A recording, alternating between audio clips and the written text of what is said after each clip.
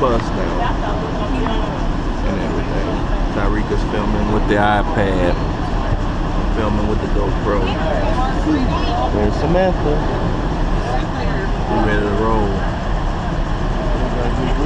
This is the Cayman Islands. As you can see over there, we got a margarita. You know what I'm saying? Just like you can find on any of the carnival ports called.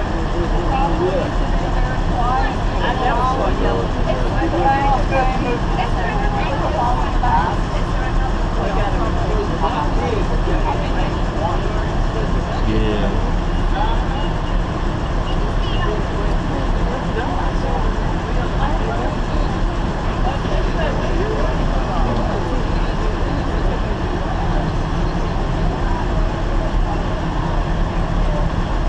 Testing.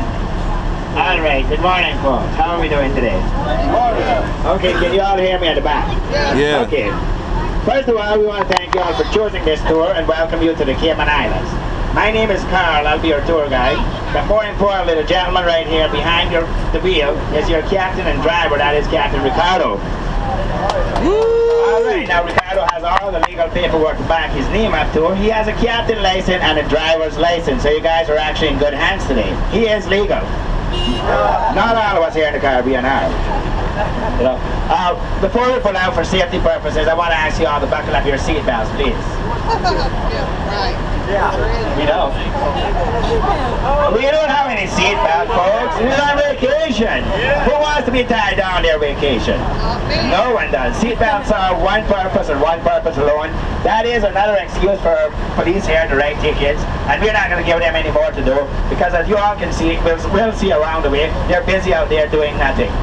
There are life vests under your seat that you won't be needing either. The only rules we have on here that when we go through town, you know, while we're on the line, keep everything on the inside of the bus and remain seated. That's about it.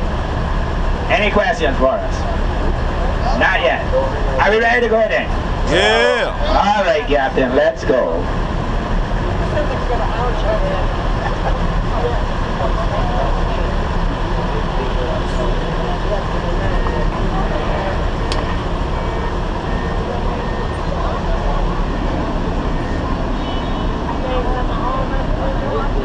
Side good.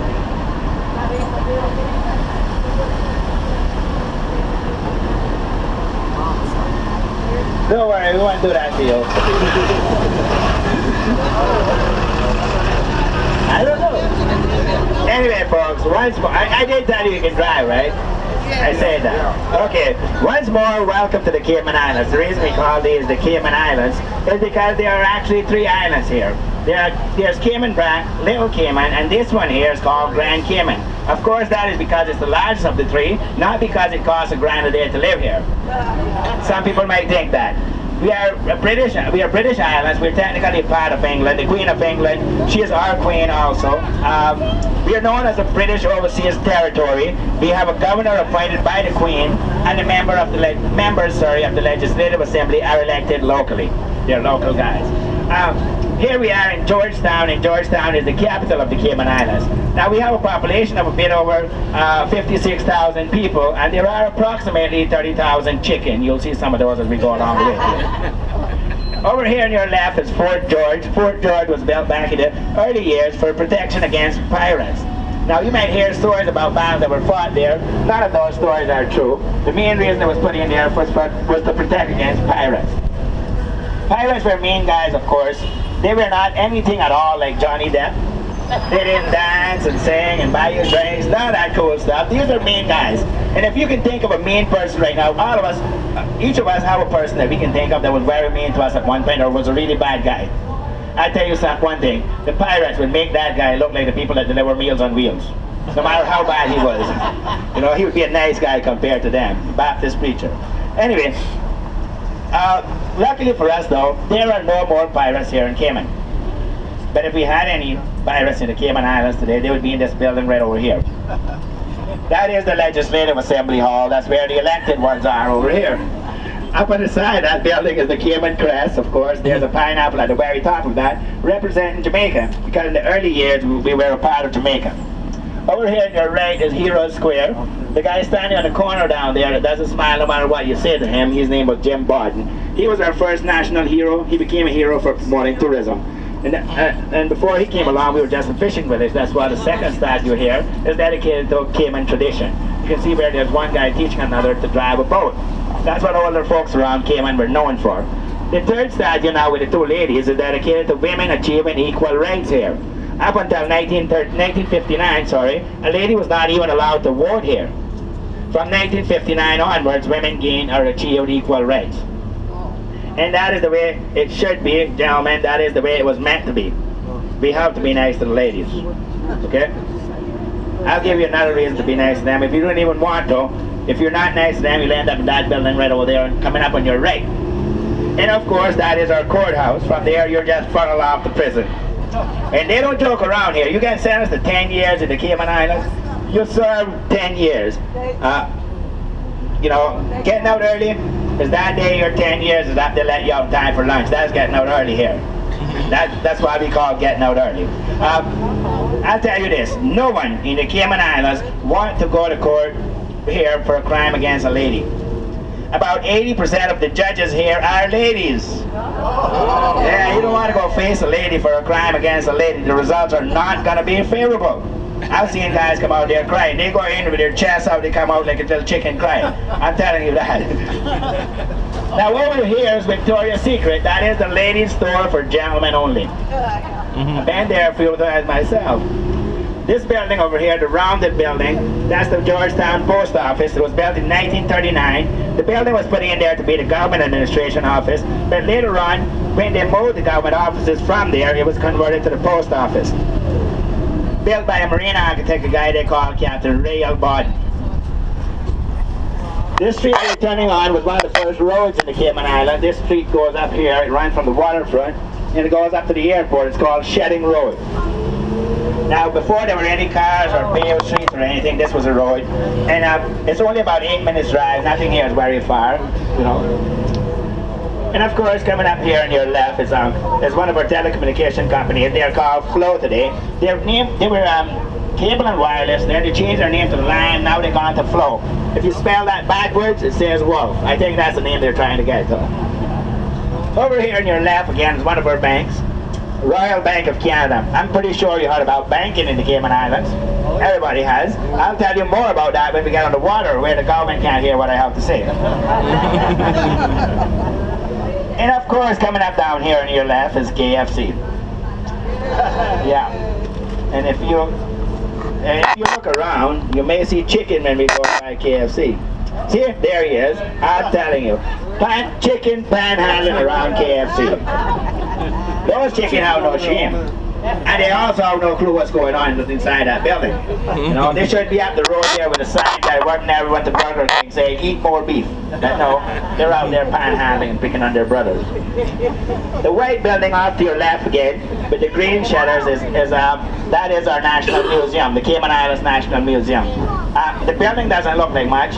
It has been there since the late 1800s. Today it's home to a lot of Cayman artifacts, but that building in itself is an artifact. It was the first commissioner's office, the first courthouse, and the first prison in the Cayman Islands. Yeah, that little building right there. There's a restaurant behind it that's called the Jailhouse, or something like that. They have a little restaurant behind there called the Jailhouse today. But today, if you walk in there, you'll see a lot of Cayman artifacts, the way things that people used in the early years. But like I say, the building in itself is an artifact.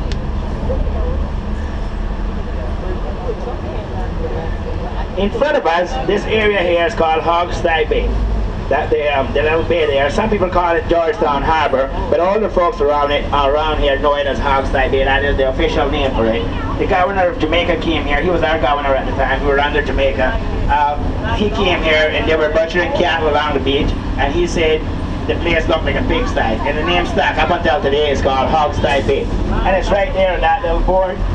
Right here, you can see where it says Hogstye Bay right there. That is the official name for it. This street we're on here is called Harbour Drive. Now, Harbour Drive leads up to the Hard Rock Cafe out there, the Harley Davidson store. Between those is the Guy Harvey's Gallery. You might have heard of Guy Harvey, the guy that does painting on t-shirts, and he went painted one of Norwegian Cruise Line's cruise ship recently. Everything from the Hard Rock Cafe, come back this way. The 4 blocks are all duty-free shopping, all around them, as a matter of fact. They have the street closed off today. Later on, they're going to have some local food out there, some handcrafted stuff, some local souvenirs right there too. But everything around here, sunglasses, watches, diamonds, jewelry, all that stuff that ladies like. Okay? And we have a gentleman's store here too. Yeah. And it's right here on your right upstairs, Margaritaville. That's where we shop. Here in the Cayman Islands, they're thinking about changing that name. They're going to call it Daddy's Daycare. Yeah, when ladies go shopping, they drop their husbands off there, so they're going to change the name to Daddy's Daycare. Or Husband's Daycare, something like that. Anyway, over here on your right again, the white building coming up there is Amphibious Memorial Church. That church was established in 1846, but the building itself was put down in 1932. And if you notice, it kind of looks like the same architecture of the post office. It was built by the same guy, Captain Rail Borden. Now, if you went inside that church, which you can, the door's always open, you look up in the ceiling, up in the roof, it looks like an upturned ship. The guy that built it was a shipbuilder, so that was the way he designed that one.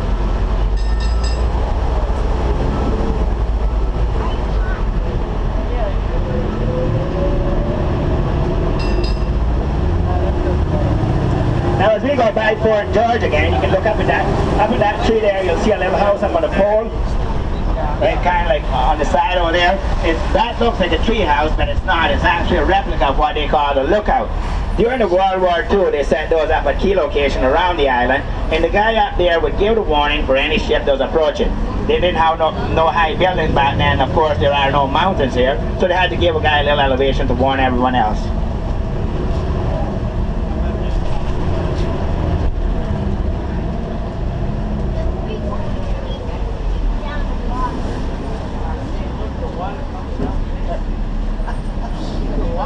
Okay, coming up down here on your left now, where those tents are, that is the local fish market. The local guys go out and fish in their boats, canoes, whatever, bring their catch back in and sell it right here. And you'll see some red snapper as we go by there today. Lots of it, as a matter of fact. And you don't get it any better than that. Those guys go out to fish, they bring it back in and sell it right there.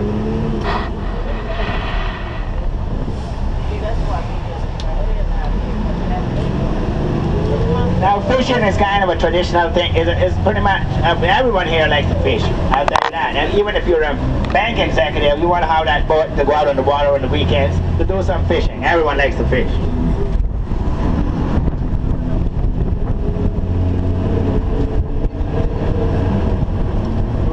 Now as we go by this wall here, this white building here too, you can look toward the shore. Out there along the shore, you'll see a rock formation. In between these buildings, you can see it a lot better.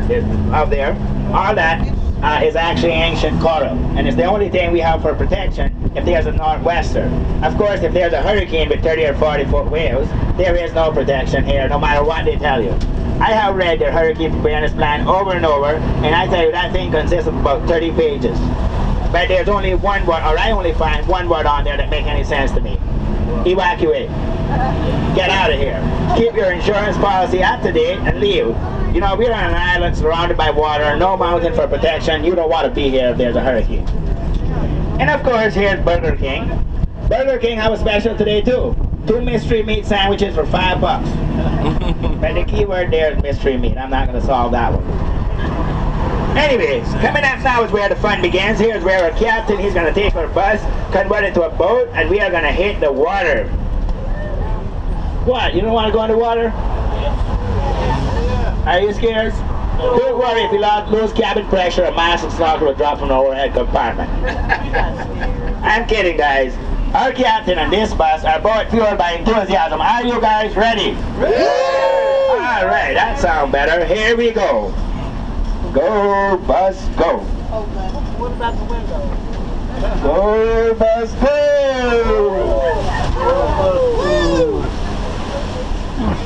Alright, and we are in the water. It's no longer a bus, it's now a boat. And as you can see, it does float. Don't worry, folks. This has so much foam within the hull, it was actually deemed by the U.S. Coast Guard to be unsinkable. You're probably looking at me laughing now and saying, hey, that's what they said about Titanic too. But don't worry, guys. If it wasn't safe, I wouldn't be on it every day, 2 or 3 times per day.